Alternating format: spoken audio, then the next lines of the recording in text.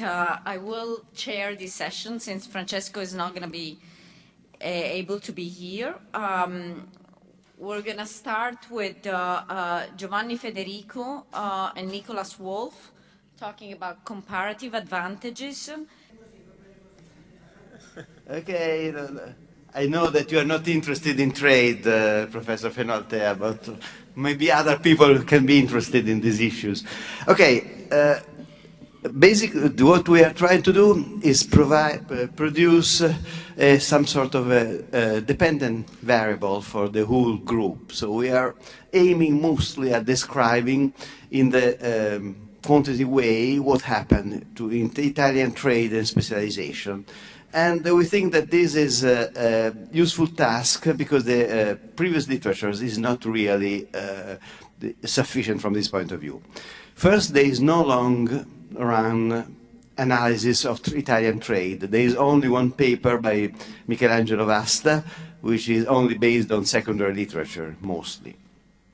There used to be very little quantitative work for the period before 1939, for data reasons. There is a large literature for the period after 1950, but usually for a short period of time, so few years, and they use a widely different array of measures of comparative advantage, specialization, and so on and so forth. Mostly because of data problems and because it was done by economists who are interested mostly in the short and medium run. We are historians, so we are interested in long run for unification, 1862 to 2007, 2008, so before the big crisis started. So we present three bits of evidence. First, we'll start with some stylized facts on the macroeconomics of Italian trade, with comparison with France, Germany, the usual suspects, and after the Perugia meeting, we have decided to add Spain for slightly more backward, or as backward as Italy country, and just to have someone who's a country which is not as good as Germany. The most of the analysis paper will be on this long-term analysis of shift share, of change in specialization, and at the end we'll try to relate changes in share of manufacturers to change in destination of Italian exports. The sources from 1862 to 1950, there's this huge database which has been produced mostly thanks to the Bank of Italy efforts, and Professor Tattara, Vasta, myself have been scientific advisors, but most of the resources have been given by the Bank of Italy, and there will be a online database with the full Italian trade from 1862 to 1950. At the level exactly what almost everything which is on the statistics. Then after 1951 is a standard United Nations sources.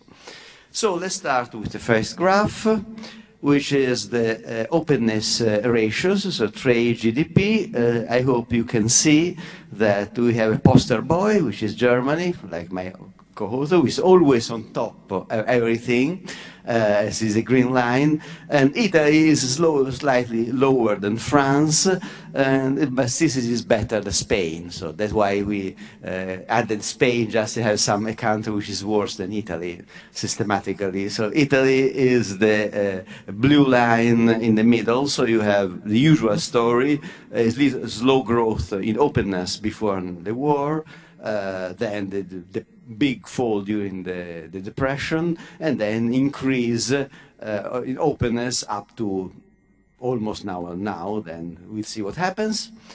Then we have the share in world trade. I have to say that the data of world trade before 1938 are not so good, but this is what we have. And clearly you have here the Italian is always the blue one.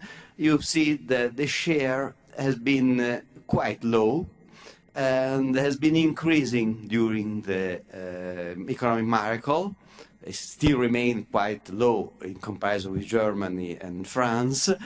But if you, maybe the most interesting point from the point of view of economics, of what Gianni Toniolo was telling about economic prospect, is that the recent fall in Italian share, which is a fall from quite high level in the 1980s and 1970s. So maybe it's more a return to long run Italian level than a real disaster.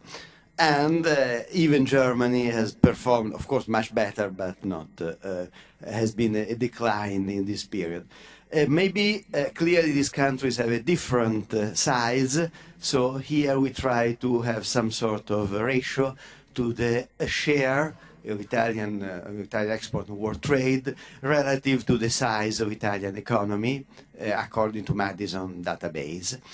And basically the story is that Italy exported less than its share of GDP before the war. Maybe you cannot see very well, but it's always the blue point is below 1, which is the should be, and has been a big increase after the war, after the Second World War, up to 150 and so. Again, Germany is much better than Italy, as usual, but France is not that much better than Italy. So clearly, Italian export performance in relative to the size of the economy is not that bad, and is better than Spanish. So you see why Spain in it. Just to be quick, here you have the composition of Italian trade. Yes, the manufacturers, so each one digit from 5 to 9 over total exports and total imports. Clearly, the story is that Italy was a backward, poor country after this unification, then it grew rich, so you would expect then there's been a big change in export from mostly primary products to mostly manufacturers, and the red line shows that this is the case. So you have a very low share of manufacturers as exports at the beginning, and then increasing up to almost 90%. In the paper, say that roughly the German share is higher than the French and the Spanish share. What is interesting is the import side, which is the blue line, because Italy was a backward country, but since the beginning it imported many more raw materials, and so food and energy and raw materials than manufacturers. So you see the share of manufacturers even at the beginning was about 40%. The rest was primary product. And clearly you have an increase of share of imports an increased share of imports of manufacturers because of a boom in intra-industry trade, which is well known. Okay, now we move to the composition of Italian manufacturing export. And this is the shares of one digit. We found eventually, does it work? Yes. I eventually found this, which is much easier to this is on total export manufacturers, so all 6 are add to 100. And there are 2 groups. One is textiles and the raw materials, which is 6, and mostly in the Italian case are textiles. And so you have an increase in textiles up to a maximum in the interwar periods, when Italy was exporting mostly textiles, as manufacturing export was textile. Then there was a decline. The other part of the what we call moda abbigliamento, so footing and clothing and footwear, is this other line here, basically. And so you see that there has been an increase after the war. But the real boom in the war is exporting engineering products, which is SICH, and transportation means and engineering products, which is the SICH 7, machinery and transport equipment, And you see that it was quite low at before the war, and there's been steady increase. Now Italy does not probably export as much as engineering products and as textile and clothing and footwear combined in terms of share of total. If you want to have shares by level of technology, we are discussing a lot about how Italy was unable to export high technology. This is a share on total export, not on manufacturing export. And you can see that low technology you have to focus on the red line, which excludes raw silk. Raw silk is a strange case because officially in the SIC2 is considered industrial product, but really it is agricultural product. So if you exclude raw silk and you consider the red line and then the blue line, you have roughly a quite stable composition with medium and low-tech goods composing most of the exports, and high-tech always quite a small percentage of Italian exports.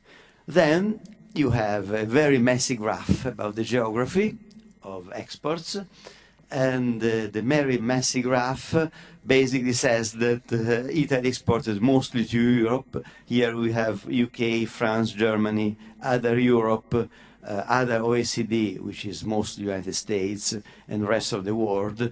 And if these are shares on total exports, if you add up vertically the stories that there have been changes within Europe, at the beginning France was much more important, Germany, then Germany became our main trading partner, but mostly Italian export goes to Europe, and there has been an increase in the rest of the world during interwar periods, but the peak is mostly export to colonies, so it's not really export.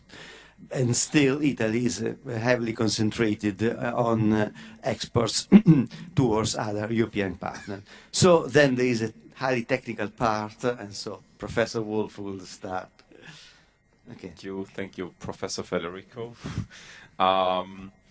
Yes, so that highly technical part actually just boils down to a rather simple version of an index of comparative advantage that we chose to use here, namely a Lafay index, which is just giving so you see, well, maybe I use that pointer as well.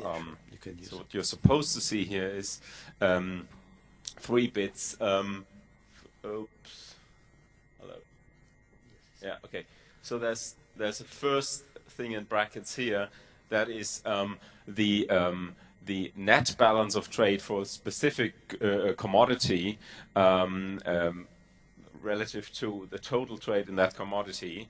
And then you see the difference between that animal and the net balance of total trade relative to total trade. And then that is actually weighted by a third term here, which is just giving the share of a particular commodities trade in total trade. So this is what we call this Lafay index, and it gives you an indication of the country's position in international markets that we just call here an indicator of comparative advantage. Well, in many studies you would see other indicators used in the wake of Balassa revealed comparative advantage. The main advantage of this one here is that it takes imports into account explicitly. We think that is very important. Of course, you can also use an RCA index that takes imports into account. The second, maybe more important point here is that it just needs national statistics, right? It's of course very, very difficult to use or to get disaggregated international statistics that are comparable over a time span of 150 years. So nobody has constructed that as of yet, and therefore we just stick to this version. And thirdly, it has a nice feature that it's additive, so all the indices thank you. sum to 0. And therefore, it's actually rather easy to interpret. So let's see what this produces. We first start with giving you the Lafay index for manufacturing exports or manufacturing trade, actually. And here again, we distinguish between manufacturing, in just the typical classification, and manufacturing excluding silk. Silk being a very important item in Italian trade, plays a very big role for what you see here, up to essentially about the First World War. So if you exclude silk, as you should do, you see that Italy, not surprisingly, had not really much of a comparative advantage in manufacturing prior to the First World War, and then this is important to highlight. This definitely changes in the interwar period, right?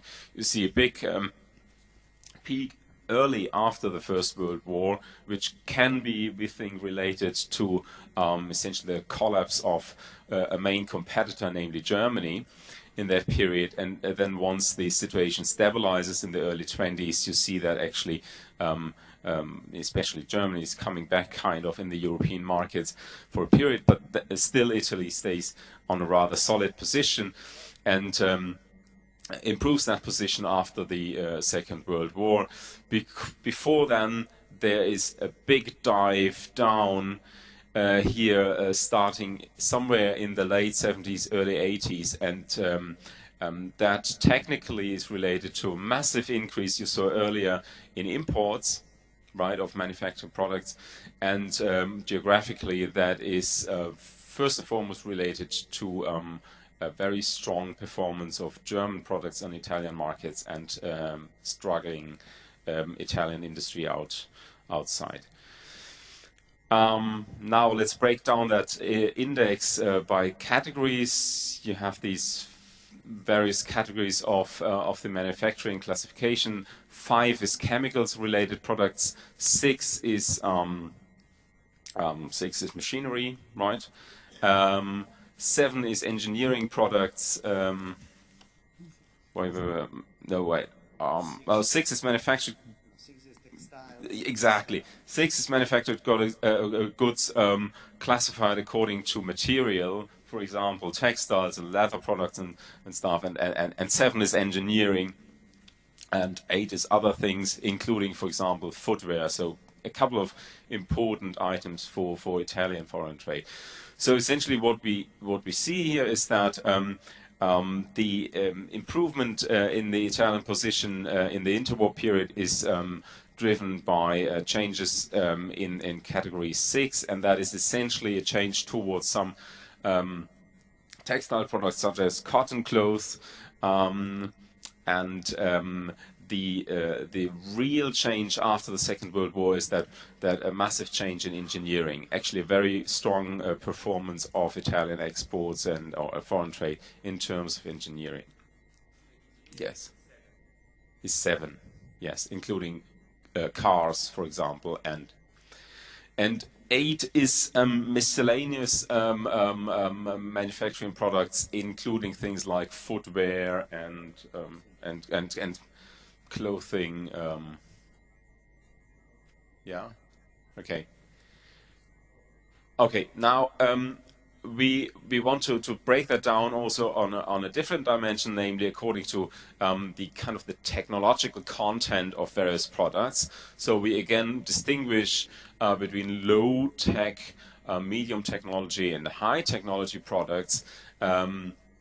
You find the details of what we mean by that in the paper, obviously, but maybe I don't think I have time for that. Okay, so let's just see that Italy is not doing extremely well in terms of high-tech products. There are a couple of high-tech products like pharmaceuticals where Italy actually has a rather strong performance, but on general Italy doesn't have a comparative advantage in that. any means. In medium technology products, that includes, for example, road vehicles, there is some rather strong performance, and that includes also some specialized machinery, for example, right, where Italy is doing extremely well still today. Now, we finally do another exercise, namely we want to focus now on the changing, that is the increase of the share of manufacturers in total Italian exports over time, and we saw earlier that there was a dramatic increase from rather low level to above 90% nowadays, and we want to break down that change over time by geographic destination of these exports. Okay, so we want to ask the question, to what extent is that increase in manufacturing in total as a share of total exports driven by, you know, a successful penetration of specific markets? To give you an example, for example, at the beginning of our period in 1862, Italy is exporting a lot to France, also importing a lot from France, but rather limited amounts to Germany. Germany, of course, being you know, in 1862 not, you know, not there really yet. But so the German market is rather weak in that from an Italian perspective. Then over time, Italy is exporting more and more manufacturing exports to France, but trade with Germany at the time is getting rapidly more important between 1862 and 1887. However, Italy is not really successful in exporting manufacturers to that rapidly growing market. Okay, so the contribution of Germany to that big increase in manufacturers as a share of total exports in that period is mainly driven by success in France rather than in Germany. Okay, while they rather fail, yes, in the UK, right? The situation changes dramatically in 18. Yes. Sorry. Out. Yes. Always out when we talk about manufacturing. Okay. Changes dramatically, you know, after that kind of trade war between Italy and France in 1887-88. So France is actually not contributing positively to the improved Italian position in world markets, but Germany still is. And then there is this category rest of the world that's getting more important. Now maybe let's look into some later periods. The golden age of growth is captured here in these periods.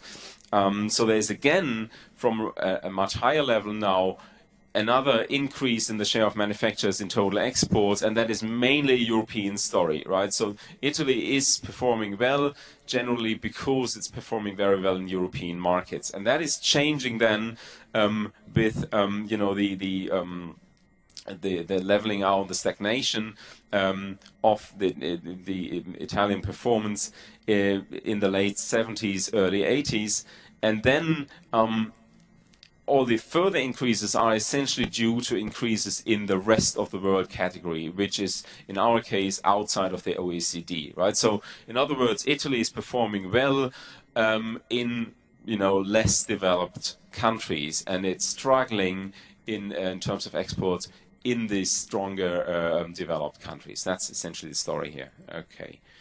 So what conclusion? Well, there are maybe not too many earth-shattering results that are new, but we think we added a lot of new detail to what we knew.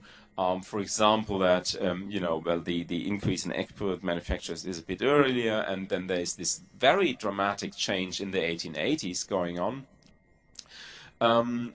We also see that there's, of course, a very clear link between openness on trade performance and general GDP performance. We don't say anything about causation at this point, but of course we actually think that, you know, this data allows us to do much more on that direction. And maybe to conclude with a more general point, there are waves of pessimism and optimism related to international trade that are related to the general performance of the Italian economy, but maybe one shouldn't be overly pessimistic. There are definitely also some areas where Italy is still today performing strongly, and you know, if you, for example, compare the country's performance to that of other European countries, you see it's actually doing not so badly at all, right? So, do you want to add something to this? So I think we don't have it. Thank you very much. Thanks. The discussant is Giorgio Barba Navaretti. Can I have the Okay, thank you very much. I was really pleased to be able to discuss this paper, which I find very interesting, which I think it really provides us with a very good perspective of the overall trends in Italian trade, starting from, you know, the beginning of the history of this country. As all the papers in this session is disappointing in the sense that, you know, we combine the story of an Italy which looks like Korea at the beginning, and then we with an Italy that looks like Argentina in the end, no, and probably Argentina before the default or something like that. But so that's usual perspective even on this. I think the authors have done a huge work in really reconstructing data on Italian trade, and this is really something which is extremely valuable. So we learn a lot of what the trends in trade have been. I don't know if we learn yet what really the comparative advantage of Italy is, in the sense that this probably requires more work, but here we have a very interesting description of what is going on. So let me start from the Argentinian side of the story, which is, let's say, the end of their paper, which are essentially the weaknesses of Italian trade. And I think it's interesting and important that we start from the present weaknesses of Italian trade, and the end thing is really that we want to see whether we can get some lessons from the long trends and some hints on recovery from the history of Italian trade. So I took 2 years, and I took deliberately 2006, because 2006 was a year which was before a year where we thought that really Italian trade was recovering. Between 2006 and 2007, you know, all people looking at trade data started thinking, well, maybe Italian trade is picking up again, market shares were rising, and there was something good going on, and something is happening there. But then, of course, there was the great collapse, the trade collapse, and the crisis that hit everyone. But Italy lost a lot also relative to others, and even if we take 2010, which is a year in which trade had started again to recovery, we can see that relative data are even worse than 2009. So Italy lost 0.3 points in its market share on world exports between 2006 and 2010. It lost market shares towards stagnant areas like the EU, where essentially the market share of all the European Union in world trade declined, but Italy lost ground within this stagnant area, and it lost ground also within dynamic areas like China, where essentially things had been, you know, where trade was growing and market shares on world trade was growing, but Italy was losing market shares. And then if we look at the industries, Italy lost obviously market shares these are export shares on world exports, okay? Lost market shares in manufacturing, and Italy is a manufacturing country, 0.5 points, but lost market shares both in industries where we should think that Italy doesn't have a comparative advantage, like textile, right? And in industry where we think that Italy might have a comparative advantage, like machinery. If we have to search for the comparative advantage of Italy, we would probably more likely go and look for it in machinery than in textile, no? Even if we're very good in fashion, okay? So this is how things look today, but what can we learn from history? Now, let me go through the main results of the Federico Wolf paper, because I think it's interesting to summarize what essentially are the key outcome of their paper. The first one is that essentially Italy moved from being a closed economy to an open economy. Sorry, there are strange signs there, but it's just for me to remind what I have to tell you. There was trade openness with respect to GDP, and I think it's important to compute it with respect to GDP, was much lower than France and Germany, where the share was always above 1, whereas for Italy was below 1 for a long period, and also it was lower than Spain until 1945. And then there was a very rapid catching up in the 50s and 60s, and in 2000 we are at the same level as Germany and the other countries. So on this, you know, we look like Korea at the beginning and not yet like Argentina in the end, okay?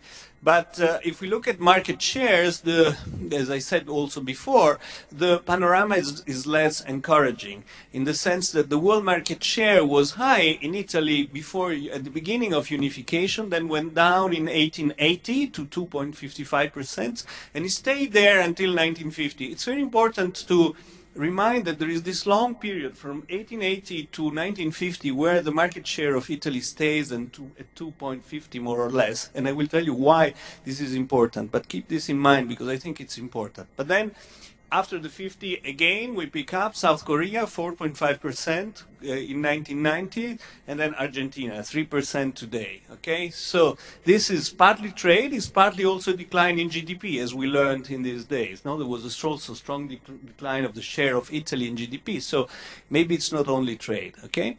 Then it's manufacturing. What they show us is that Italy is a manufacturing country. Manufacturing exports initially were very, very low, 10% compared to 50, 60% or 70% of GDP of total exports in France and Germany. But then they started rapidly to increase. They reached 40% at the beginning of World War I. This is the Giolitti period. This is when manufacturing in Italian exports go to 40%. Again, this is important. It stayed 50% it's 50% at the end of World War II. Here there is colonial trade, which is a little trick in the data, but anyway, that's interesting. And then it goes up to 90% in 2000, like Germany, and it's even higher than France, and we are still there. That is not Argentina. This is Italy. There is still doing well. It's also a manufacturing country with comparative advantage. Their indicators of comparative advantage show that essentially Italy has a comparative advantage in manufacturing since 1915. So it was built up very early, this comparative advantage. It grows until the 90s, and then again it declines, okay? It's a country that manages to move at least partly from low-tech to high-tech industries. We have seen the data which are a bit hesitant, and there is a middle tech ground, which is important, but something happens there. At the beginning is only textile, and then after that we move to engineering. Engineering becomes the key drivers of Italian export and is still there today. So in that sense there is a transition. It's a country that initially exports only to the EU, right? It has no colonies, so the main markets are perforce the neighboring one in the EU. And then, and Europe is 90% of trade in 1861, but it becomes 60% after World War I. Extra EU from colonies, extra EU markets are important in the sense that they play an important role in and they show it in their data in explaining Italian manufacturing. Of course, what it means, extra EU, it's different. Today, as emerging countries, it used to be colonies. But there is a big change. So these are the main results of their work. Now, what readings we have to make of this? I think that it's interesting to try to understand what the data, the results really show about the comparative advantage of Italy. I think the key line of interpretation is really the interaction between the state and the market. And this is something that has come up a lot in the discussions that we had in the past yesterday, and also in the other papers and in other sections. What is interesting, and that's why I was pointing out to you at that period between 1880 and 1890 until 1950, the end of the Second World War, because this is really the period in which Italy starts building its comparative advantage, right? it's a period in which Italy starts, you know, having positive indices of comparative advantage in exporting manufacturing goods, okay? But at the same time, it's a period of increasing protection. It's a period of where the market share of Italy is declining, okay? And this is happening for many different reasons. You know, in the 20 years before World War I, is a slight increase in tariffs, rising effective exchange rate, the expansion also of the domestic market, which is driving a lot of output towards that market. And then, of course, we go to fascism and the autarky. Of course, there are also colonies in this period. So there is a new captive market, which is very important for developing a lot of the industries. But essentially, we have a very, very distorted trade in this phase, and this is really the phase where Italy is starting to build its comparative advantage. Then, and textile in that period is the export industry, but there are a lot of large-scale intensive companies which are starting to expand and becomes much more important, and we'll see it also in the presentation this afternoon, like Fiat, Ansaldo, Brera. These are all industries which are essentially heavy economies of scale, engineering industries, okay? So we start seeing this coming up already in this period, these roots of a dualistic pattern between protected industries, somehow large-scale industries, and somehow more other sectors which could be more protected and exposed to market industries. I think this becomes very important when we also read what happened in the subsequent periods. But there is this dualistic pattern that maybe is starting to emerge. In this phase is more protection, so there is not much of market forces, although a little bit, but there is something there which is starting to build up. Then we move to the industrial boom in the 50s and the 60s. This is the area where really exports start growing fast. We have an increase in industrial employment in heavy industries. So in this period, there is the shift from textile to engineering, and this is what comes up in the data very clearly, okay? So it's not, you know, the old textile exports, but it's something different. New machines, engineerings, which are essentially coming up in this phase. And if you look at export machines and transport equipment, starts gaining larger and larger market share. But again, it's not clear how far this transition is really market driven, even though this is an area of very big liberalization. Still, it's not clear what's the role that plays, for example, state ownership, the fact that a lot of these industries are still state-owned, the fact that there is still protection, particularly in the 50s and the 60s, for some engineering, some of these activities. There are subsidies. So even though, of course, you know, market forces are starting to build up, it's not clear how far, you know, the transition from textile to engineering is really due to protection and state intervention rather than market forces, and what is the interplay within the two. And I think we need to understand it. Then if we move to the last period, this is really a bit of the disenchantment of the libertarians, because we have the three strong market shocks which are coming up. We have the first shock, which, I mean, Gianni Tognolo discussed them, described them very clearly. We have the, of course, the integrated market in Europe. We have the euro. We have, you know, a technological shock, which is the ICT, and we have increasing competition from emerging economies like China. Okay. Now, in that period, essentially, where the market really started to bite, Italy also had large liberalization in this period. Somehow, the trade, Italian trade started becoming weaker. No? And we see in your data that essentially the market share is declining, the comparative advantage is also declining, so there are problems here in this period. So what's happening? What's really the story underneath this decline? Is it the fact that essentially the positive interaction between public and private forces stops?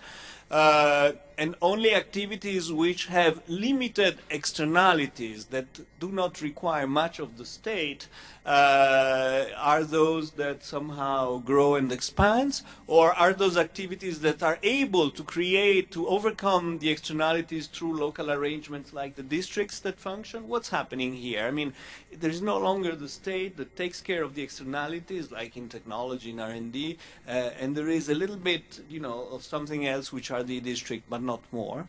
Or is it another story is that the state is completely providing distorted incentives really for growth of firms and for strengthening the comparative advantages on the basis of market forces.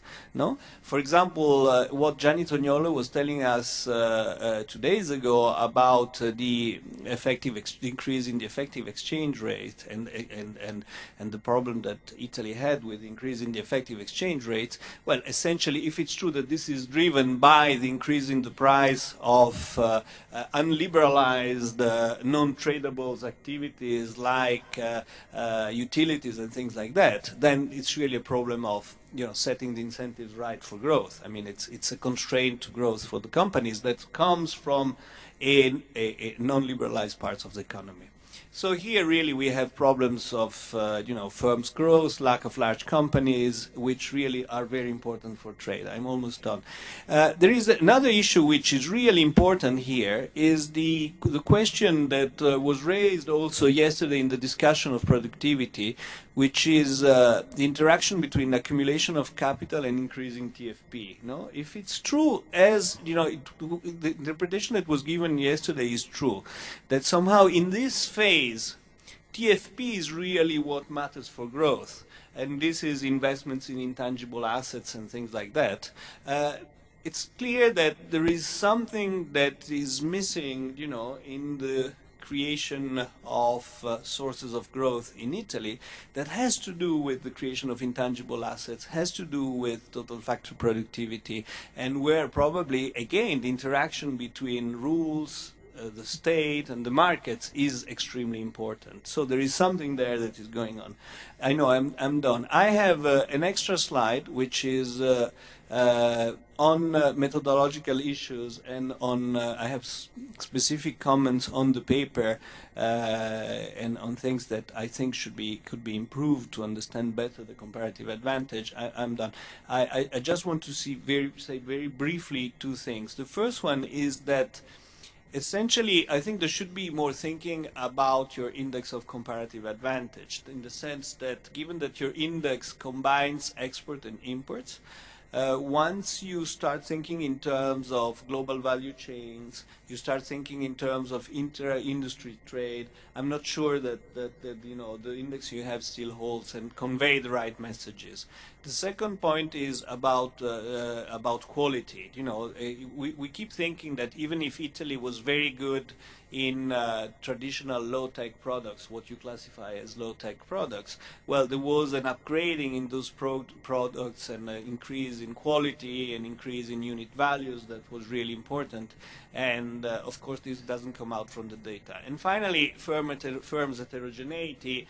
Of course, you can't look at firms heterogeneity in your data, but it is an important issue, particularly when we look at the transition from textiles into engineering. Who are the big players there? Is it that, you know, we are able to establish a good market share in engineering at the beginning, maybe because we have good large players, but then they lose ground, we lose them, and we are unable to keep going. So, I mean, I mean, firms heterogeneity can give you a way of looking at things that maybe can help you in understanding really what happened. Thank you very much.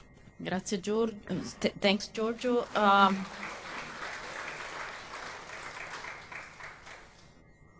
Authors, do you want to respond to some of the comments? And then we open to the floor. Just take, okay. Okay. Can you speak loudly? Thanks.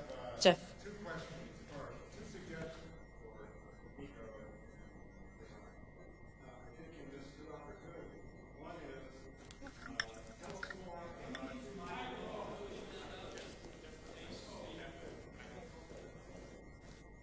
about Thanks. Okay. What I want them to do is to convert the high-tech, low-tech allocation into something more explicit. I'd like to see the educational content.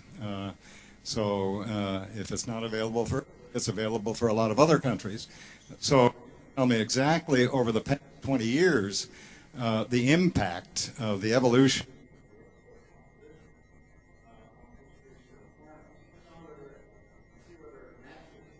This is not working? See how it matches with all the papers we heard yesterday, which stressed educational catch-up into the 70s or 80s, and then disastrous fall of your competitor since that time. So are those trends in the educational stock per worker consistent with the evolution of the export mix? And that would be great to find that connection, because then we could confront more explicitly the issue of causality.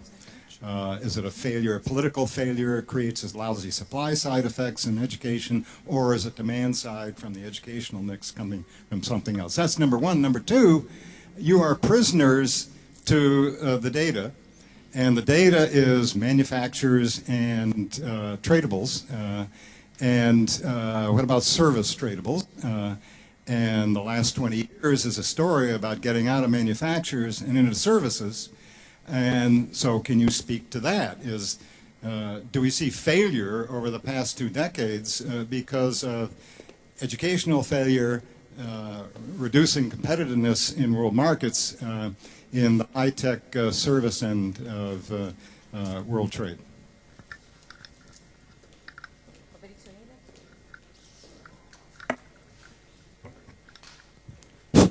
Thank you. This is an excellent historical paper.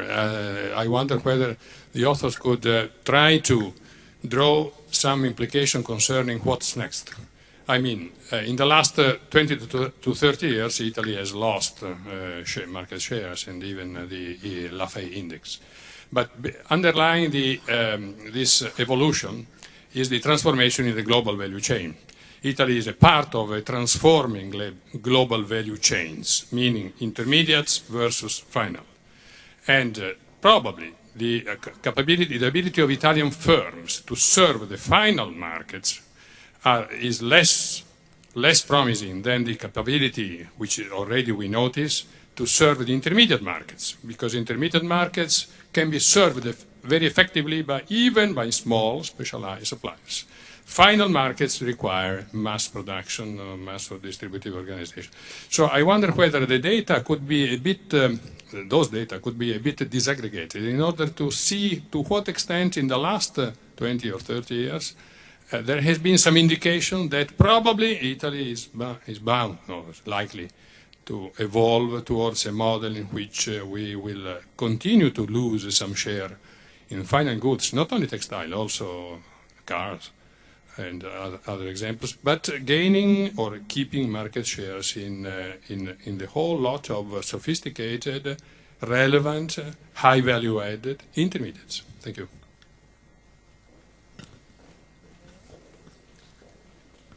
Two comments. The first one gets the impression from your presentation of an identity, which is export is good and import is bad, which is not true. And I would put the paper on a different perspective, which is the interplay between export and import. What we were exporting and what we were importing, and how importing something changed, and then you can explore the causality. The second comment is about another shock, the one we heard yesterday, which is migration. Comparative advantage is a meaningful concept when you don't have mobile factors.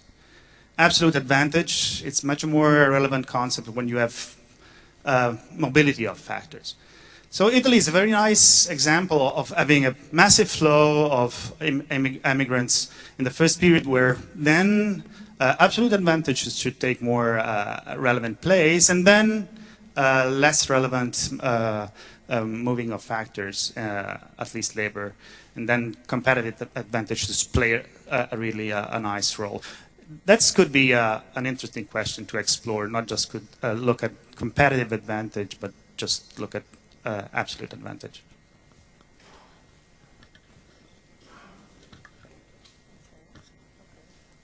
I think you have 7 minutes to respond. It doesn't seem there is.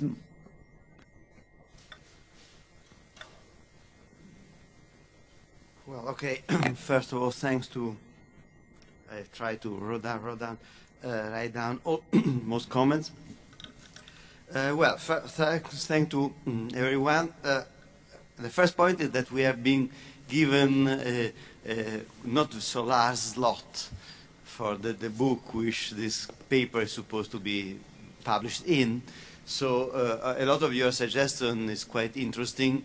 And for instance, the suggested unit values, we had this idea already, but we had decided to discard it for 2 reasons. One, because already the paper exceeds slightly the size of the chapter of the book. And second, also because unit values before 1913 a little bit tricky because of technical issues in production of statistics. So this is one of the main constraints we are facing, and this applies also to services. Again, trying to have a section on export and trade and services would have added a lot of pages to it, so we have to sacrifice and cut some other stuff. About the educational content, I think that's an interesting suggestion. We'll see whether we can do something about that. Rather, again, we have to decide whether to drop the high-tech, low-tech, or try to squeeze something, especially also because educational content of goods is much easier to measure now than in a historic perspective, so it'd be a little bit tricky where we'll think. Thanks. Again, of course, we have a very, very large database, so yes, we could go more in details about intermediate final products, which was exporting, which type of product we are exporting, but still we have this constraint. So I don't know whether we'll be able to get any, to expand our paper along to Professor Onida's suggestions. And of course the same applies to firm heterogeneity, because clearly this is extremely difficult to capture from trade data. I mean, I don't know, we have engineer exports, we do not have. So I think that we'll think about all of these comments, but there will be a problem of size or feasibility. Maybe we'll try to add something for unit values, we'll see. About, now let me go back to the big comments of Professor Barba. This is a real problem, in the sense that we are facing two alternatives. Either we present the data or we present a strong interpretation, and which can be tailored in many ways. I agree on some points of Giorgio. I do not agree on other points, but clearly we could have had a very strong interpretation, or we would present the data and then let the public or the editor of the book to decide which is the interpretation. We opted for the second alternative because we thought it was interesting to present the material.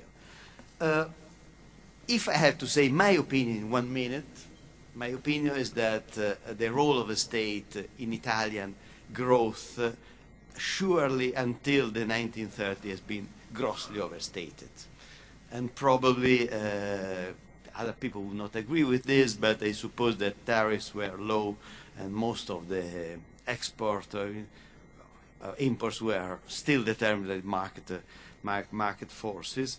Interwar success owes a lot to the disappearance of Germany as competitor. 1920s, Germany was in disarray, so most of our exports went to the not to the colonies, which were a very big but very restricted fact in 1930s, but went mostly to Central Eastern Europe, which used to be typically German markets or Austrian, Hungarian market, and clearly was much more.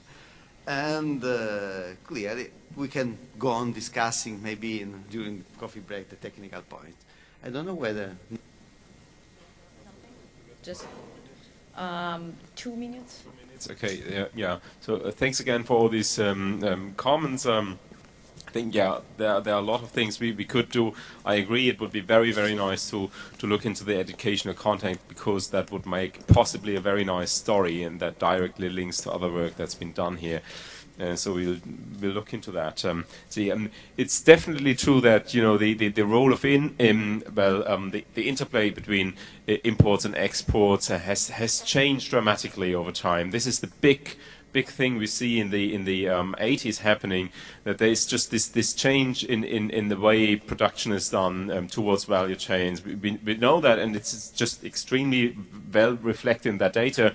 To give you an example, it's also showing up in our Lafay indexes. If you break that down to the 3-digit category, you see that in the 80s what's changing is that the category 781, which is, you know, final cars, is actually getting much worse in terms of high, and 784, which is very close, right, but a completely different animal, namely intermediate inputs into cars, is actually getting much stronger.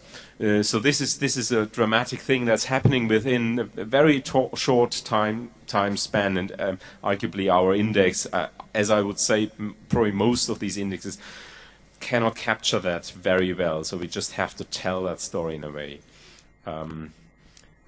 Yeah, final remark, it's of course very important to link that to the bigger picture of what's happening in the balance of payments, and that what's actually the contribution of international trade in commodities to the international position of the Italian economy, as we'll see in a moment.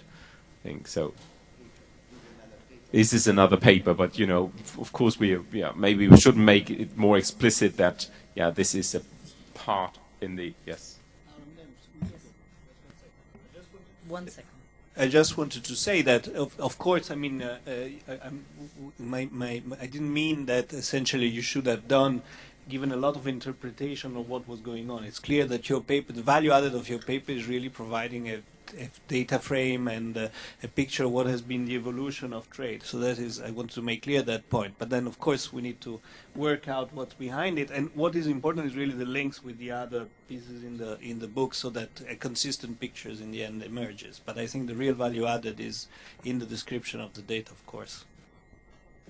And if I can have the privilege of the chair, you know, at some level, there are some